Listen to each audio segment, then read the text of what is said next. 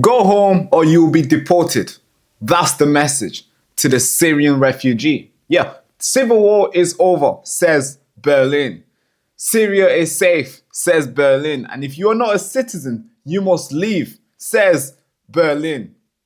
I know, this is not a fringe statement. It comes from Friedrich Merz, the Chancellor of Germany, the man who replaced Angela Merkel, the man who says we cannot manage it. A direct rebuke to Angela Merkel's famous line of "we can manage it" during the refugee crisis, where a lot of Syrians needed to flee their country. So what changed? Why is Germany turning its back on Syrians? Is Syria really safe? And what does this mean for Europe's refugee policies? We need to talk about that. And before we get into it, make sure you like, comment, and subscribe. Let's get into it. So it begins with a statement from Friedrich Merz, Chancellor of Germany. And he said this, and I quote, "Syrians who do not have Germany's citizenship or resident permit must return to Syria or face deportation." He says the war is over. He says that Syria is safe and that Syrians should go back home and rebuild their country. He claims that a very large proportion of Syrians want to return, and Germany will help only if they leave. So we're going to help you if you leave. Meaning, if you go home, we're going to try to help you build, have a good life over there.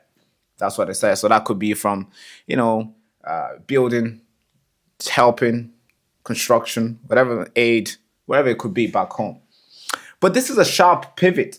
It is, because Germany had welcomed over 1 million Syrians during the 2015 refugee crisis. Angela Merkel opened the door and she said something in obviously in German, but it translated to English as "we can manage it." That's what she said during those times. She ran on this banner, "We can manage it, bring them in, bring them in." That's what she did.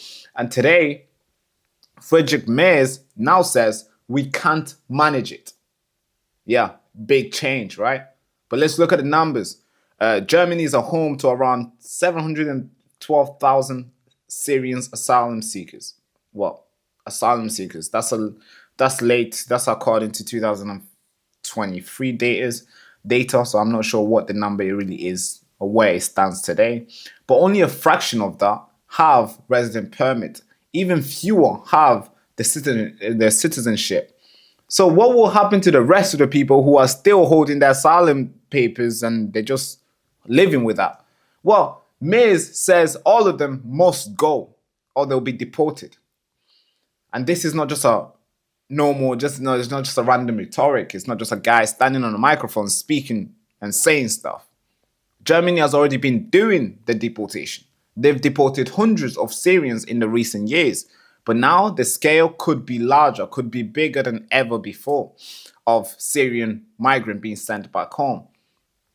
And here's where things get interesting, because Merz's own foreign minister, Johann Wadafo, disagrees.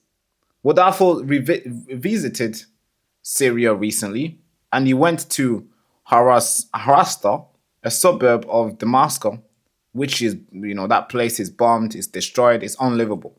And when he came back, he said this.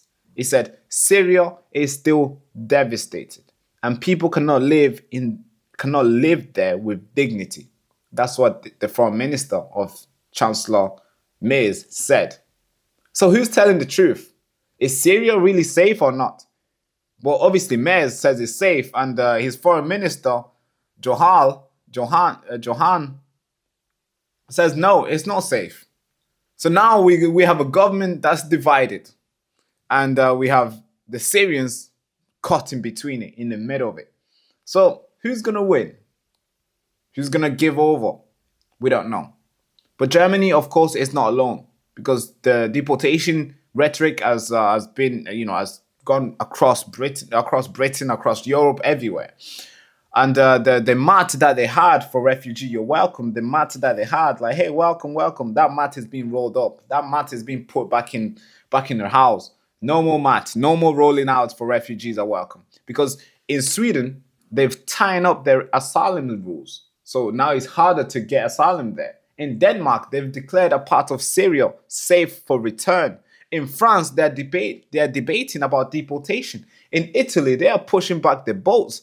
So the mood has changed from compassion to calculation, from you're welcome to you are going back home. Why though? The simple answer is politics.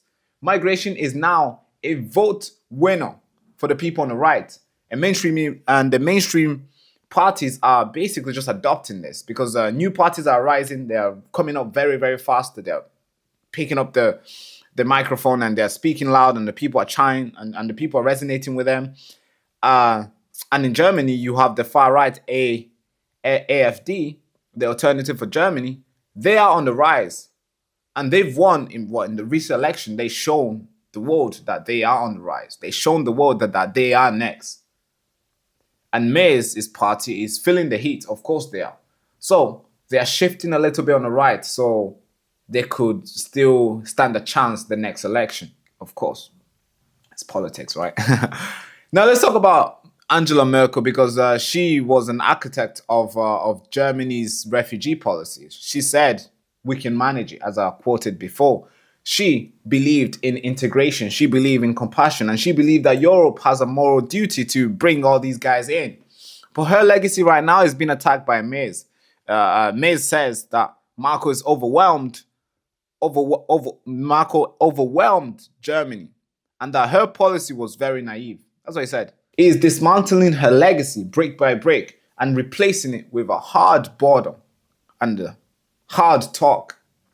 But we'll see what the consequences will be. What will happen next? If Germany starts starts mass deportation, it will set a precedent, meaning other country might follow suit. But Syria now is ruled by Abu Muhammad al-Julani. I don't know if you've heard of this guy. This is a man who was accused of war crime. This is a man who bombed people. This is a man who had $10 million bounty on his head from the United States, and now he's the one in charge of Syria. So the most important question is, can Germany send refugees back to this new regime? Well, human rights group, they say, no, it is not safe. The UN says, no, it is not safe. Even May's own foreign minister says, no, it's not safe. But Mayors insist that civil war is over and they have to go back home. What do you think? Comment down below. Thank you so much. So then I was born in a refugee camp in Tanzania. At the time, there's so many people ran there. A lot of people were going there, real refugees, after being butchered from the civil war that erupted in Congo. My parents applied for asylum to all the countries. They waited. Now, then I was born in that camp, the same camp. I'm talking tents. I was born there. Now, we're waiting for 14 years. We were waiting. Now, of course, these guys could choose to wait as well, but these guys hijacked that and they come in the country illegally. Now, the media will brand you guys racist, far right, the worst people here, the worst group here. How come the good group didn't invite me to go speak over there?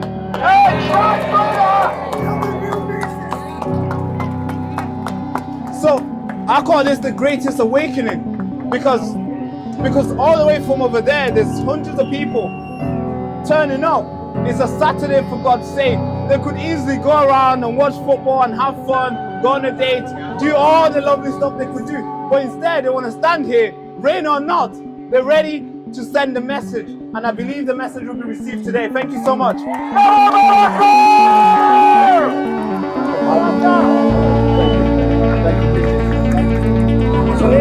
For anybody in the back who struggled to hear this young man's story, what incredible, brave young man. Oh yes, I did.